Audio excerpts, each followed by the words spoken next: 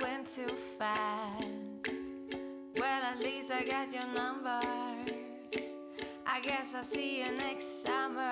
Hello there! Welcome to Darla's Book Club. I'm Darla. This is a club for everyone and anyone ready to discuss books, and more books! I love books, and I'm sure you do too. Traveling to unknown lands, delving into our history, admiring poetry and language? Oh, but I'm getting carried away. Sometimes, the stories around how books are created are even more fascinating than the fictional tales themselves. And sometimes, we're curious to learn about a book, whether we've read it or not. So with that, let's get to today's Darla's Book Club discussion.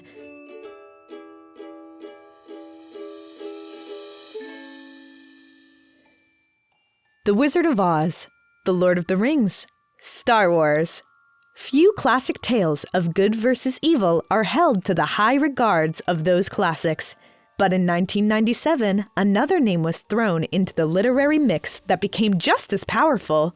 A little wizard was poised and ready to capture the imagination of millions, and here we are decades later, and his magical grip is as tight as ever. His name?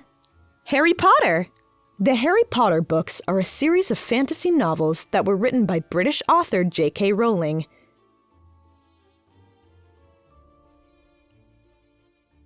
The books follow the lives of a young wizard named Harry Potter, along with his friends Ron Weasley and Hermione Granger. These special children become students at the mysterious Hogwarts School of Witchcraft and Wizardry. The crux of the story surrounds little Harry's struggle against the most evil being to ever wave a wand, Lord Voldemort.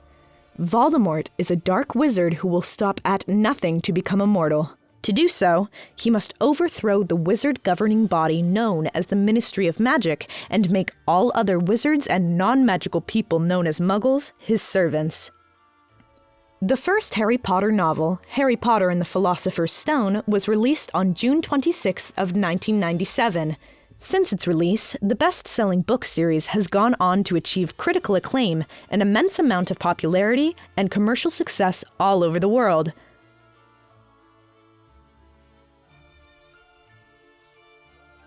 The Harry Potter series has attracted readers of all ages from young to old and is widely considered to be a cornerstone of modern young adult literature. As of February of 2018, the Harry Potter books have sold more than 500 million copies globally, making them the best-selling book series in history. Each book in the series has been translated into 80 languages, so they're accessible to everyone.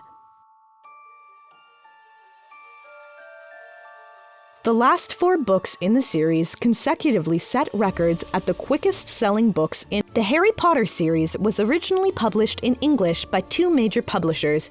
In the United Kingdom, it was put out by Bloomsbury, and in the United States, it was Scholastic Press who did the honors.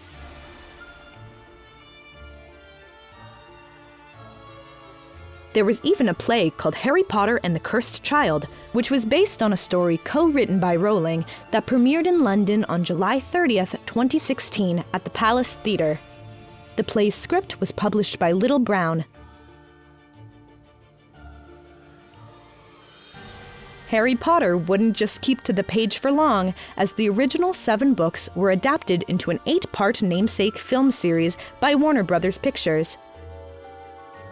As of February 2018, the Harry Potter film series has gone on to become the 3rd highest-grossing film series of all time.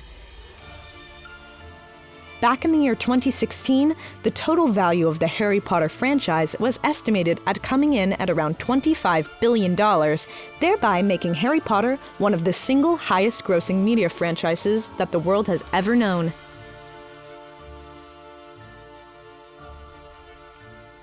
I love books. I could read all day, but learning the facts surrounding them is even more fascinating. Let's continue. The Harry Potter franchise encompasses many different genres, including drama, fantasy, coming of age, and of course the British school story. The series includes elements of thriller, mystery, adventure, romance, and even horror.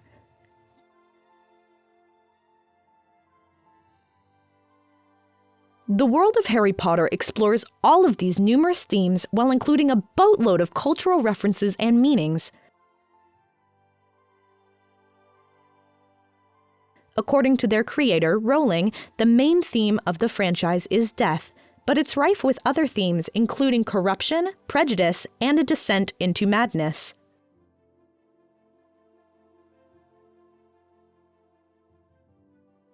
According to Rowling, my books are largely about death. They open with the death of Harry's parents.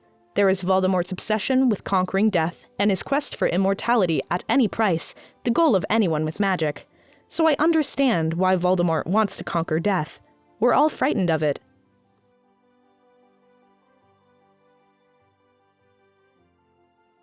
The success of the films and the books have enabled the Harry Potter franchise to grow in numerous different directions, things that even Rowling herself couldn't have conceived.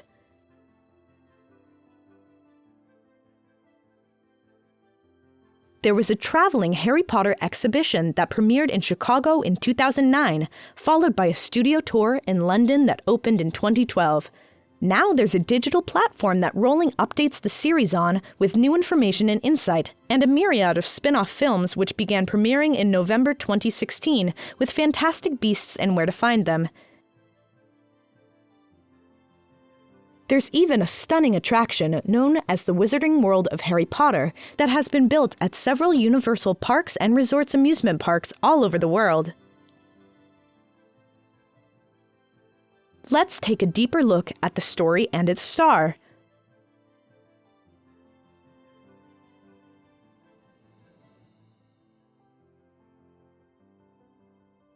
The main character in the series is a boy named Harry Potter, and he lives with his aunt, uncle, and cousin in the fictional town of Little Whinging.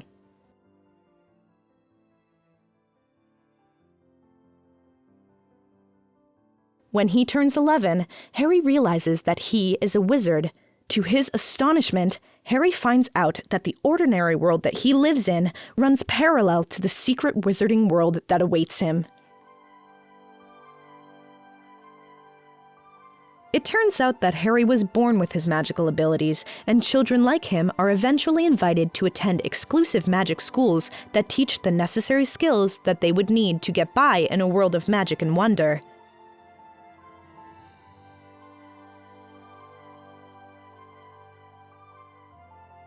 Harry is invited to become a student at Hogwarts School of Witchcraft and Wizardry, a wizarding academy in Scotland, where he meets the people who would become his most trusted allies and most terrifying foes.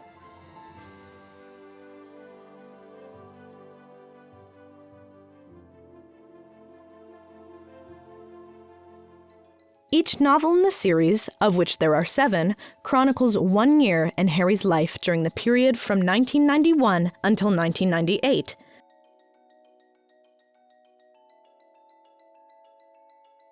The world Rowling created, as fantastical as it is, has its roots snugly tethered to reality. The British magical community of the Harry Potter books is inspired by 1990s British culture, European folklore, classical mythology, and alchemy.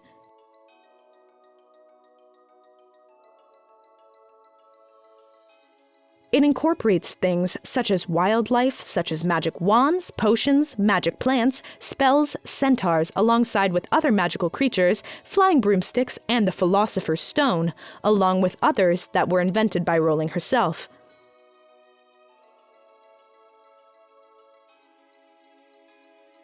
In comparison, the fantasy land of Narnia exists as an alternate universe, and the Lord of the Rings Middle-earth is in and of itself a mythic past all its own.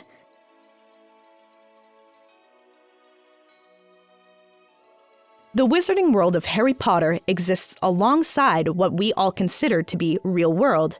It just contains magical versions of the ordinary elements of our everyday lives.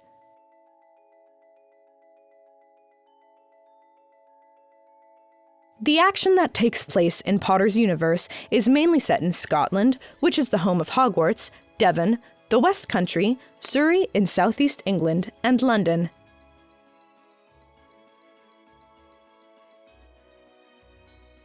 The magical world that is only accessible to magical beings and wizards is comprised of a fragmented collection of long-overlooked hidden streets, lonely country manors, ancient pubs, and secluded castles that are absolutely invisible to the Muggle population.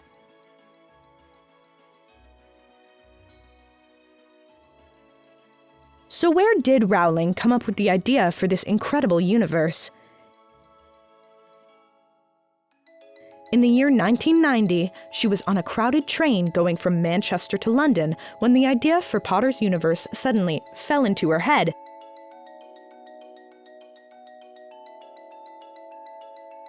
According to Rowling on her website, I had been writing almost continuously since the age of 6, but I had never been so excited about an idea before. I simply sat and thought for 4 delayed train hours, and all the details bubbled up in my brain, and this scrawny, black-haired, bespectacled boy who did not know he was a wizard became more and more real to me.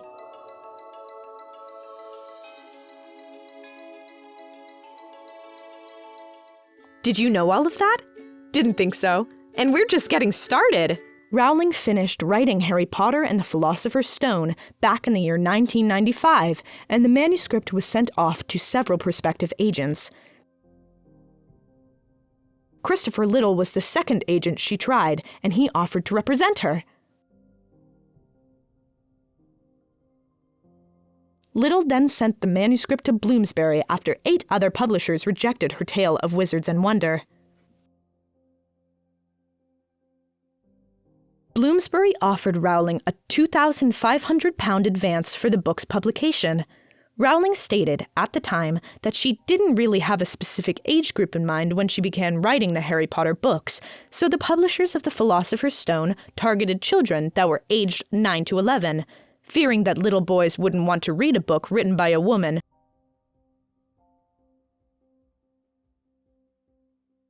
On the night before the book was published, Rowling was asked by Bloomsbury to take on a more gender-neutral pen name. She chose to use the moniker JK Rowling, short for Joanne Kathleen Rowling. Being that she didn't have a middle name, Rowling used her grandmother's first name as her middle name.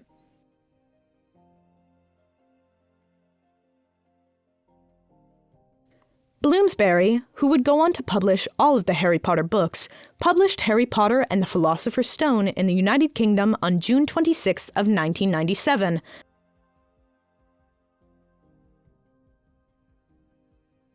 The book was then released in the United States over a year later on September 1, 1998, by Scholastic as Harry Potter and the Sorcerer's Stone. Rowling had received $105,000 for the American rights to her novel, and that was a record-setting amount for a children's book by a then unknown author. The second book in the budding franchise, Harry Potter and the Chamber of Secrets, was published on July 2, 1998 in the United Kingdom and on June 2, 1999 in America. The third book, Harry Potter and the Prisoner of Azkaban, was published a year later in the UK on July 8, 1999, and then in the United States on September 8, 1999.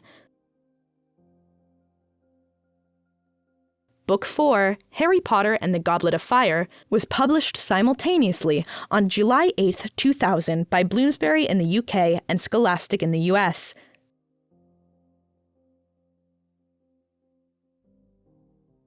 The next book in the series, Harry Potter and the Order of the Phoenix, was the longest book in the series. The UK version was 766 pages, and the American version 870 pages. It was published worldwide in English on June 21st of 2003. The sixth book in the Harry Potter franchise, Harry Potter and the Half-Blood Prince, was published worldwide on the 16th of July, 2005, and it sold 9 million copies in the first 24 hours of its release.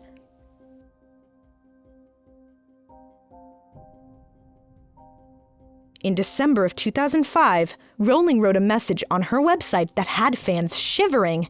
2006 will be the year when I write the final book in the Harry Potter series. Updates on the progress of the book, Harry Potter and the Deathly Hallows, were published in her online diary.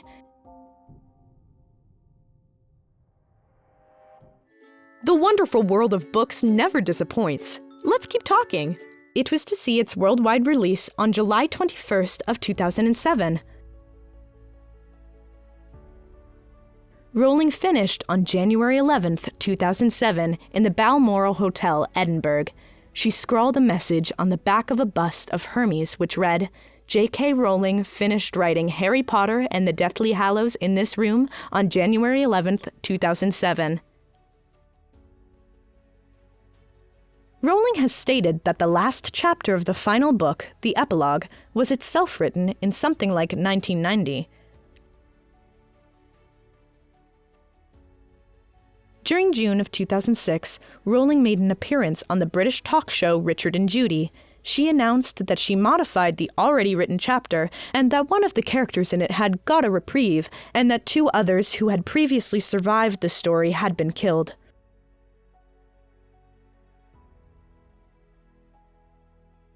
On March 28, 2007, the cover art was released for Bloomsbury adult and child versions of Harry Potter and the Deathly Hallows alongside the artwork for the Scholastic.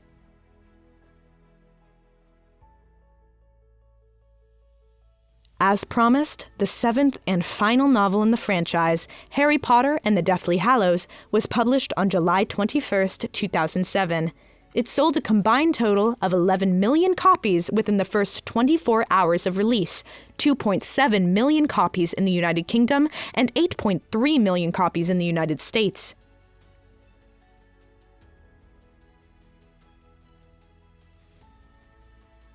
In September of 2012, Rowling mentioned in an interview that she may one day go back to make a director's cut of 2 of the existing Harry Potter books.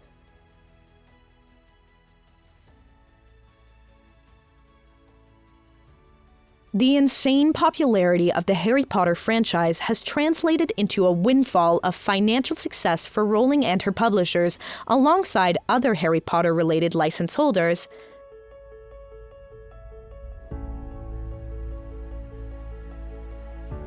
This series' successes have made Rowling the first and thus far only billionaire author.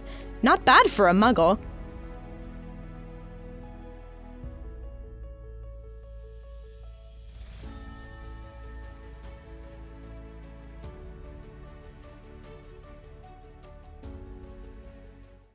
Wow, bet you're glad you joined Darla's book club now, aren't you? Let's keep this discussion going. In total, the books have sold more than 500 million copies worldwide and also launched mega-popular film adaptations that were produced by Warner Brothers. All of Warner's adaptations have been ridiculously successful in their own right, making a superstar of the on-screen Harry Potter, Daniel Radcliffe. In turn, the films have spawned 8 video games and have led to the licensing of more than 400 additional Harry Potter-themed products.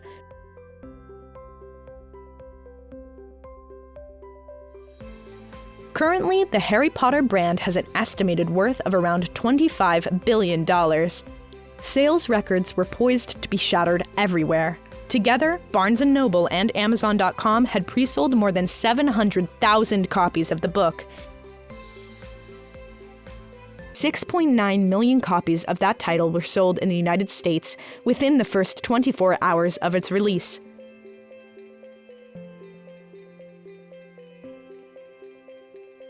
Over in the United Kingdom, more than 2 million copies of Harry Potter and the Half-Blood Prince were sold on the first day of its release.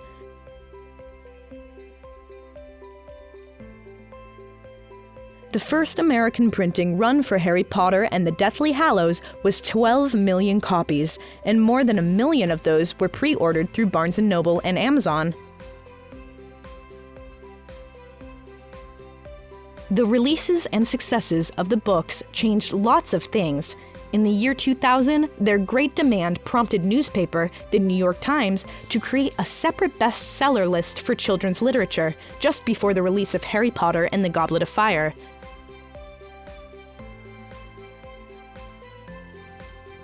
By June 24th of 2000, Rowling's novels had held tight on the list for 79 straight weeks, with the first 3 novels on the hardcover bestseller list. For the release of Harry Potter and the Goblet of Fire, 9,000 FedEx trucks were charged with no other purpose than the delivery of the book.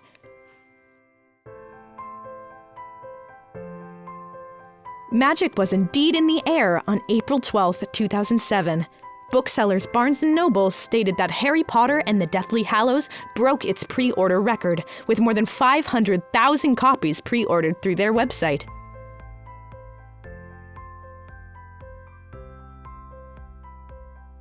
The Harry Potter franchise has won a plethora of awards since the publication of Harry Potter and the Philosopher's Stone. The awards include 4 2001 Whitaker Platinum Book Awards, 3 Nestle Smarties Book Prizes awarded between the years 1997 and 1999, 2 Scottish Art Council Book Awards awarded in the years 1999 and 2001, the 1999 inaugural Whitbread Children's Book of the Year Award, the 2006 W.H. Smith Book of the Year, among a host of others.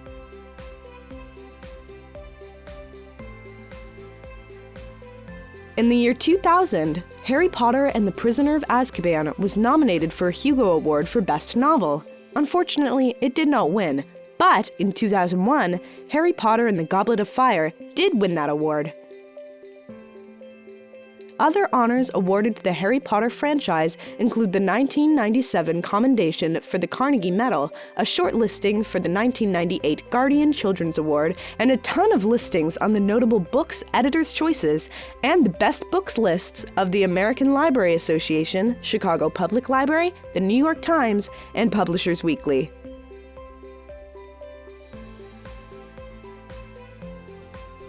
In 2002, sociologist Andrew Blake called Harry Potter a British pop culture icon that was to be included alongside the likes of Sherlock Holmes and James Bond. In the year 2003, 4 of the books were named in the top 24 of the BBC's The Big Read survey of the best-loved novels in the United Kingdom.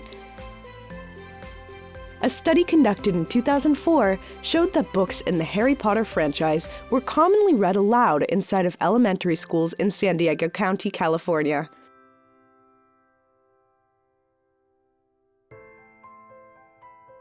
A 2007 online poll conducted by the United States National Education Association listed the Harry Potter franchise in its Teachers' Top 100 Books for Children.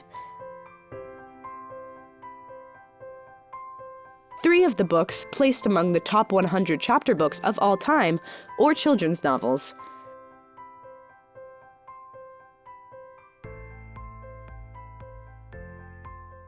Aren't book clubs the best? I love spending time talking about them, when I'm not reading, of course. Now our discussion continues. Here we go! A 2012 survey published by School Library Journal showed that Harry Potter and the Sorcerer's Stone ranked number 3, Prisoner of Azkaban 12th, and The Goblet of Fire 98th. The opening ceremony of the 2012 Summer Olympics, which was held in London, featured a 100-foot-tall rendition of Lord Voldemort during a segment designed to show off the United Kingdom's cultural icons.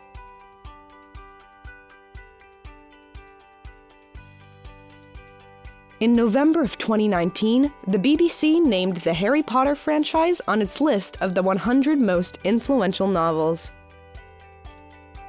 Although Time magazine named Rowling as a runner-up for its 2007 Person of the Year award, noting the social, moral, and political inspiration she has given her fandom, cultural comments on the series have been mixed.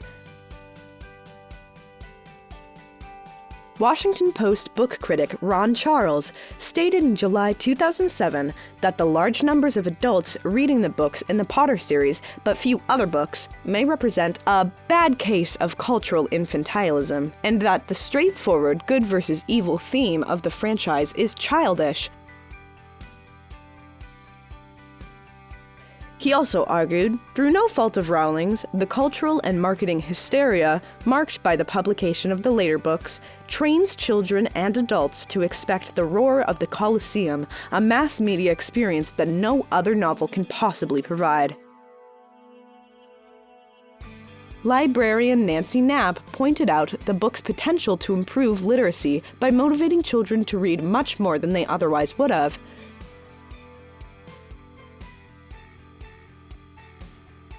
The 7-book series has a word count of 1,083,594.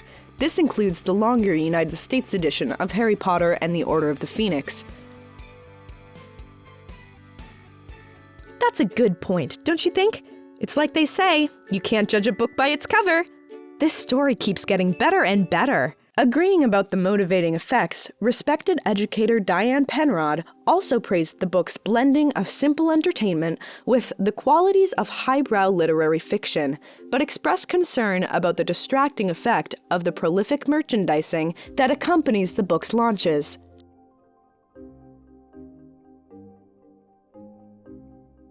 However, the assumption that Harry Potter books have increased literacy among young people is largely a folk legend.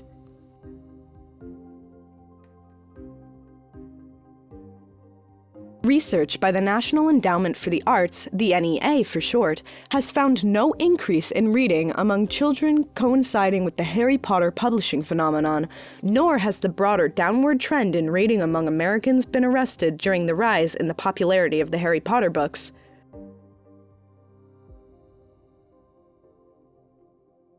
The research also found that children who read Harry Potter books were not more likely to go on to read outside the fantasy and mystery genres. NEA Chairman Dana Gioia said the series got millions of kids to read a long and reasonably complex series of books. The trouble is that one Harry Potter novel every few years is not enough to reverse the decline in reading.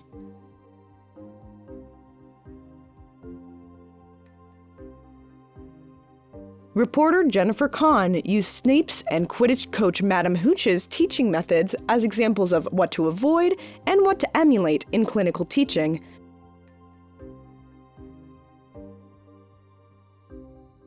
And author Joyce Fields wrote that the books illustrate 4 of the 5 main topics in a typical first-year sociology class: sociological concepts including culture, society, and socialization, stratification and social inequality, social institutions, and social theory.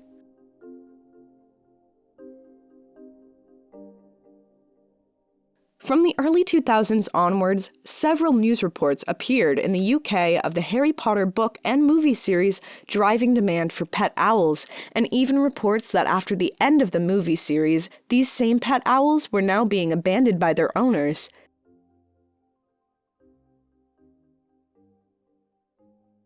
This led JK Rowling to issue several statements urging Harry Potter fans to refrain from purchasing pet owls.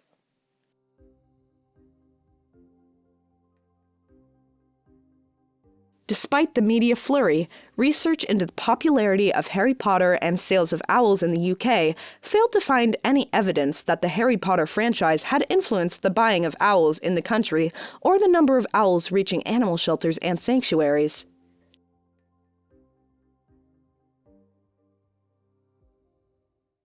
I am just a lover of words, aren't you? I think they call it a logo file, but this isn't all about me. Let's learn some more. Journalist Jenny Sawyer wrote in Christian Science Monitor on July 25, 2007, that the books represent a disturbing trend in commercial storytelling and Western society, in that stories' moral center have all but vanished from much of today's pop culture. After 10 years, 4,195 pages, and over 375 million copies, JK Rowling's towering achievement lacks the cornerstone of almost all great children's literature, a hero's moral journey.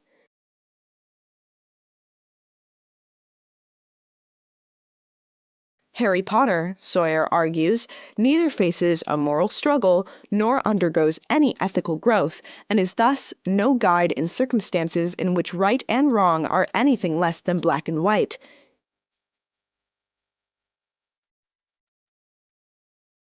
In contrast, educator Emily Gresinger described Harry's first passage through the platform 9 3/4 as an application of faith and hope, and his encounter with the Sorting Hat as the first of many in which Harry is shaped by the choices he makes.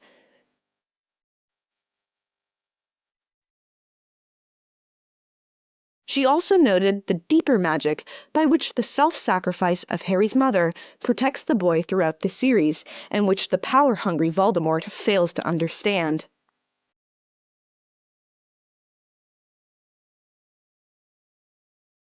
In a November 8, 2002 Slate article, New York Times writer and podcast host Chris Sulentrop likened Potter to a trust fund kid whose success at school is largely attributable to the gifts his friends and relatives lavish upon him.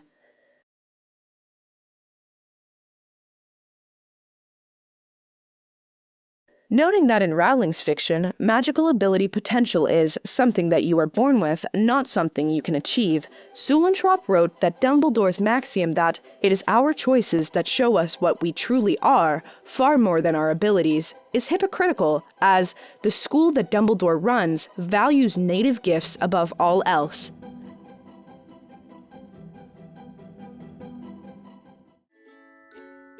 That certainly does put things into context, doesn't it? Let's keep these words flowing and continue with the discussion. In a August 12, 2007 review of the Deathly Hallows in the New York Times, however, Christopher Hitchens praised Rowling for unmooring her English school story from literary precedents bound up with dreams of wealth and class and snobbery, arguing she had instead created a world of youthful democracy and diversity.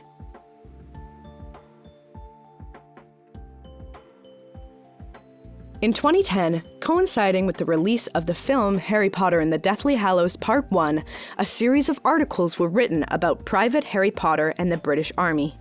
This real-life Harry Potter was killed in the Arab Revolt near Hebron in 1939.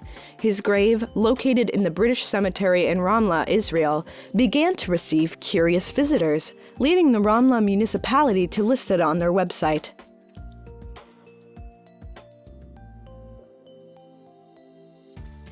In 2016, an article written by Diana C. Mutz compares the politics of Harry Potter to the 2016 Donald Trump presidential campaign.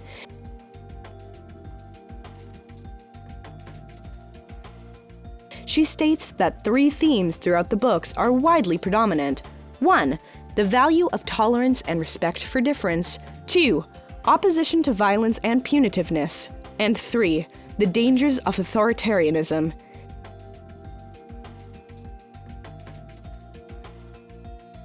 She suggests that these themes are also present in the presidential election, and it may play a significant role in how Americans have responded to the campaign.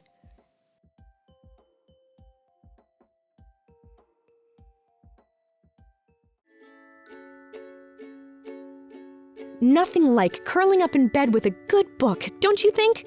Just warms my heart and jump-starts my mind. Let's keep discussing this.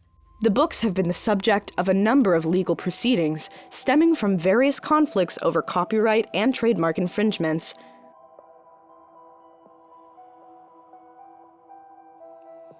The popularity and high market value of the series has led Rowling, her publishers, and film distributor Warner Brothers to take legal measures to protect their copyright, which have included banning the sale of Harry Potter imitations, targeting the owners of websites over the Harry Potter domain name, and suing author Nancy Stouffer to counter her accusations that Rowling had plagiarized her work.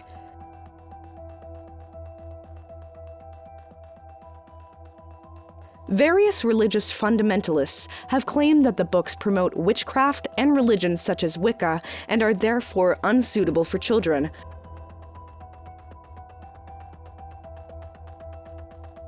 While a number of critics have criticized the books for promoting various political agendas.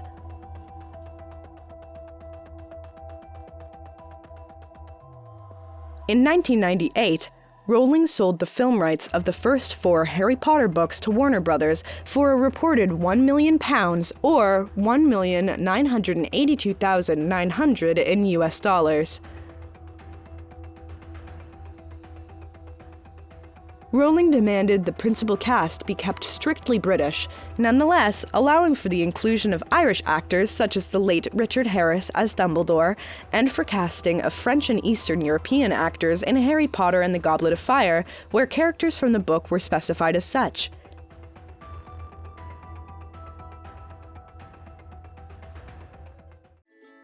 Isn't that incredible? There's so much to talk about, and we still got more to discuss. Can I stop for a moment and just say, I love books! Okay, I'm sorry, let's continue. After many directors, including Steven Spielberg, Terry Gilliam, Jonathan Demme, and Alan Parker were considered, Chris Columbus was appointed on March 28, 2000, as the director for Harry Potter and the Philosopher's Stone, titled Harry Potter and the Sorcerer's Stone in the United States, with Warner Brothers. Citing his work on other family films such as Home Alone and Mrs. Doubtfire, and proven experience with directing children as influences for their decision.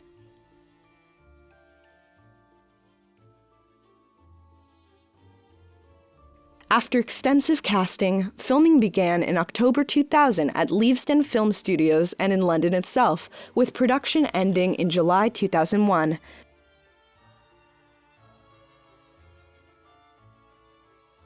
Philosopher's Stone was released on November 14, 2001, just 3 days after the film's release. Production for Harry Potter and the Chamber of Secrets, also directed by Columbus, began.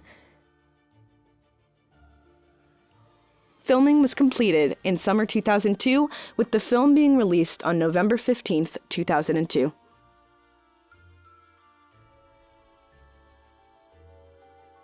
Columbus declined to direct Harry Potter and the Prisoner of Azkaban, only acting as producer. Mexican director Alfonso Cuarón took over the job, and after shooting in 2003, the film was released on June 4, 2004.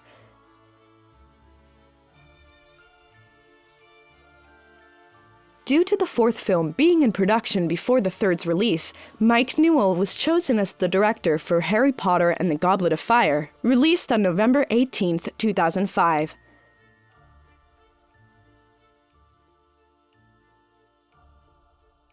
Newell became the first British director of the series, with television director David Yates following suit after he was chosen to helm Harry Potter and the Order of the Phoenix.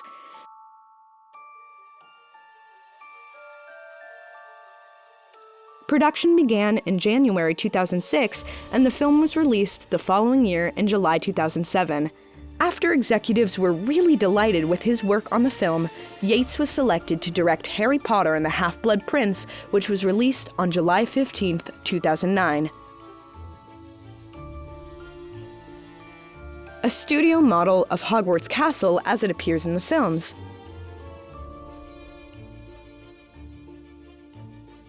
In March 2008, Warner Brothers president and CEO Alan F. Horn announced that the final installment in the series, Harry Potter and the Deathly Hallows, would be released in 2 cinematic parts, Part 1 on November 19, 2010, and Part 2 on July 15, 2011.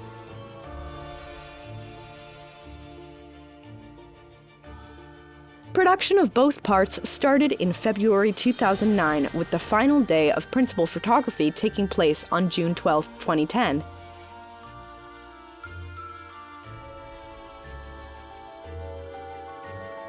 Rowling had creative control on the film series, observing the filmmaking process of Philosopher's Stone and serving as producer on the 2-part Deathly Hallows alongside David Heyman and David Barron.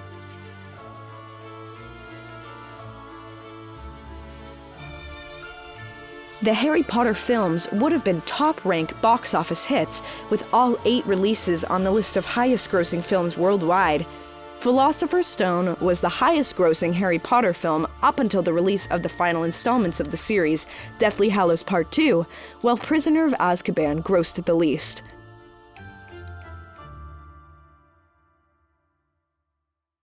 I hope you're enjoying this topic today as much as I am. I could chat fiction till the sun goes down and rises the next day. Let's keep chatting.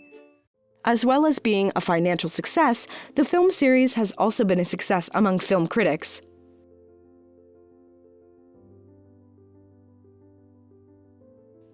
Opinions of the films are generally divided among fans, with one group preferring the more faithful approach of the first 2 films, and another group preferring the more stylized, character-driven approach of the later films.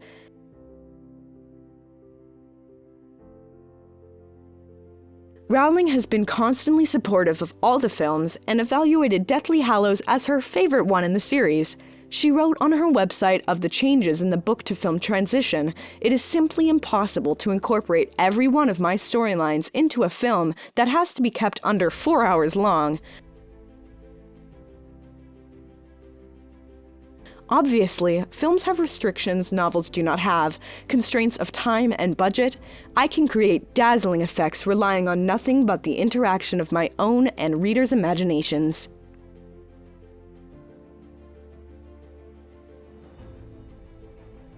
At the 64th British Academy Film Awards in February 2011, Rowling was joined by producers David Heyman and David Barron, along with directors David Yates, Alfonso Cuarón, and Mike Newell in collecting the Michael Balcon Award for Outstanding British Contribution to Cinema on behalf of all the films in the series.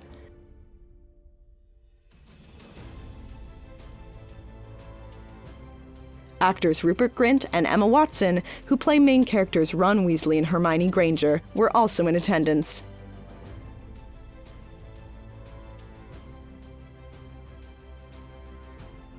A new prequel series consisting of 5 films will take place before the main series. The first film, Fantastic Beasts and Where to Find Them, was released in November 2016, followed by the second Fantastic Beasts: The Crimes of Grindelwald in November 2018. The next 3 are due to be released in 2021, 2022, and 2024 respectively.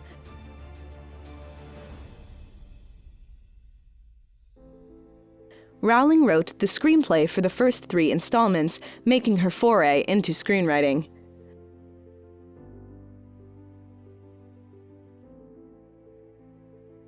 A number of other non-interactive media games and board games have been released, such as Clue, Harry Potter Edition, Seen It, Harry Potter, and Lego Harry Potter Models, which are influenced by the themes of both the novels and films.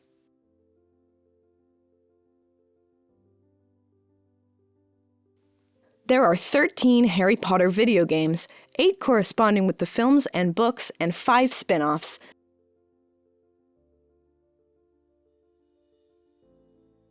The film-book-based games are produced by Electronic Arts as the Harry Potter Quidditch World Cup, with the game version of the first entry in the series, Philosopher's Stone, being released in November 2001.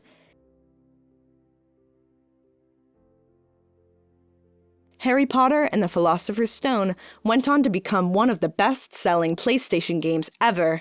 The video games were released to coincide with the films, containing scenery and details from the films, as well as the tone and spirit of the books.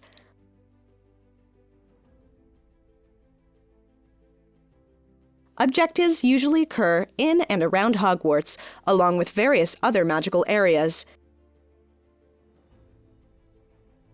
The story and design of the games followed the selected film's characterization and plot. EA worked closely with Warner Brothers to include scenes from the films. The last game in the series, Deathly Hallows, was split, with Part 1 released in November 2010 and Part 2 debuting on consoles in July 2011.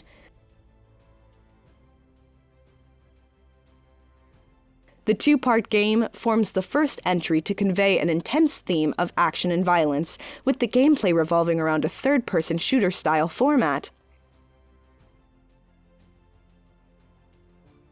The spin-off games LEGO Harry Potter Years 1 through 4 and LEGO Harry Potter Years 5 through 7 were developed by Traveller's Tales and published by Warner Brothers Interactive Entertainment.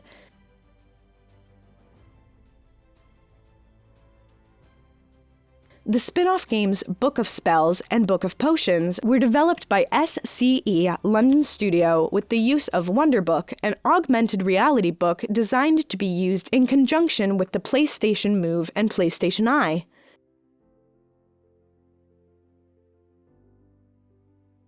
The Harry Potter universe is also featured in LEGO Dimensions, with the settings and side characters featured in the Harry Potter Adventure World, and Harry, Voldemort, and Hermione as playable characters.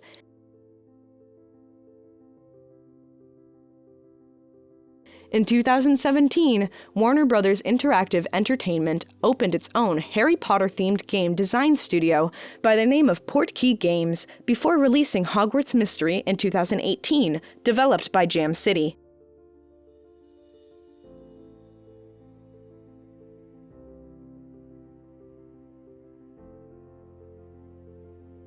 All 7 Harry Potter books have been released in unabridged audiobook versions, with Stephen Fry reading the UK editions and Jim Dale voicing the series for the American editions.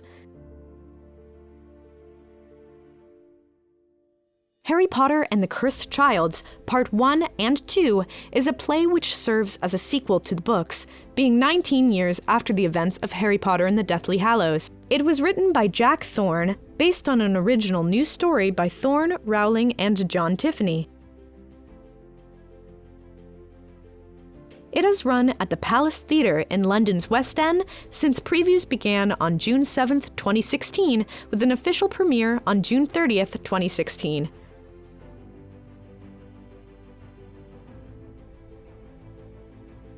The first 4 months of tickets for the June to September performances were sold out within several hours upon release. Forthcoming productions are planned for Broadway and Melbourne.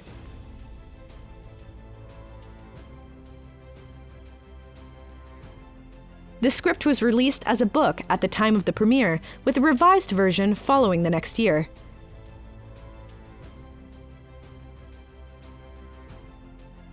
After the success of the films and books, Universal and Warner Brothers announced they would create the Wizarding World of Harry Potter, a new Harry Potter-themed expansion to the Islands of Adventure theme park at Universal Orlando Resort in Florida.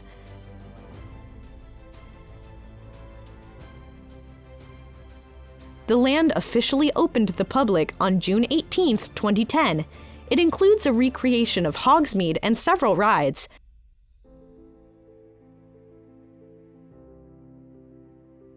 The flagship attraction is Harry Potter and the Forbidden Journey, which exists within a recreation of Hogwarts School of Witchcraft and Wizardry.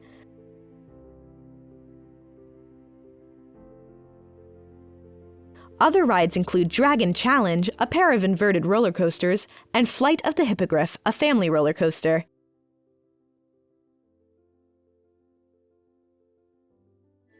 Wow, I didn't know all that, did you? It's incredible to learn where ideas come from and how they end up where they do. Let's keep this book club moving along. 4 years later, on July 8, 2014, Universal opened a Harry Potter-themed area at Universal Studios Florida theme park.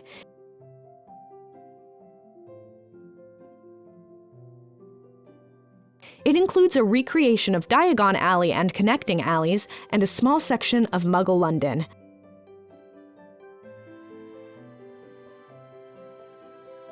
The flagship attraction is Harry Potter and the Escape from Gringotts roller coaster ride.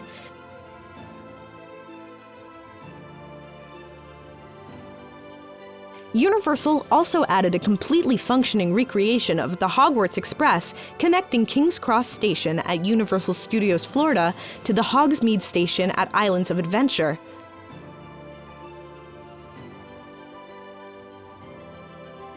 Both Hogsmeade and Diagon Alley contain many shops and restaurants from the book series, including Weasley's Wizard Wheezes and The Leaky Cauldron.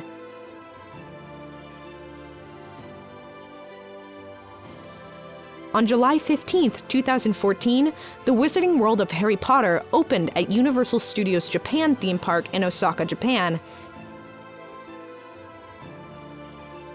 It includes a Village of Hogsmeade, Harry Potter and the Forbidden Journey ride, and Flight of the Hippogriff roller coaster.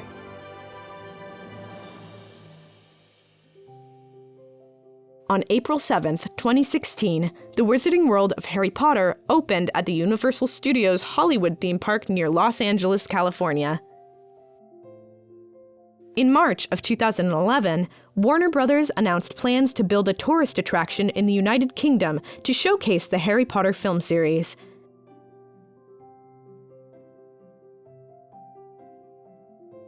The Making of Harry Potter is a behind-the-scenes walking tour featuring authentic sets, costumes, and props from the film series. The attraction is located at Warner Brothers Studios, Leavesden, where all 8 of the Harry Potter films were made.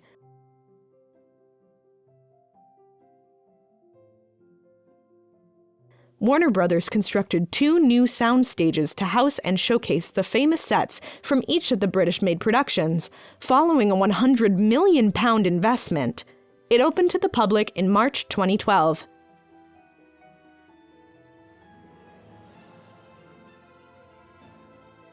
Though the Harry Potter franchise is technically finished, we've all been taught one thing along this magnificent ride. Never say never. Anything can, and at times, will happen. As long as there is a wand to wave and a spell to cast, Harry Potter will always be there to make us muggles believe. One way or another. And that just about wraps up this one. What did you think? I had an absolute blast talking to you today. I hope you'll join me for more fascinating discussion about books, books, and more books. I'm so glad you have become a member of Darla's Book Club. Feel free to hop on the couch and talk novels with me anytime. I'll see you soon. After all, tomorrow is another day.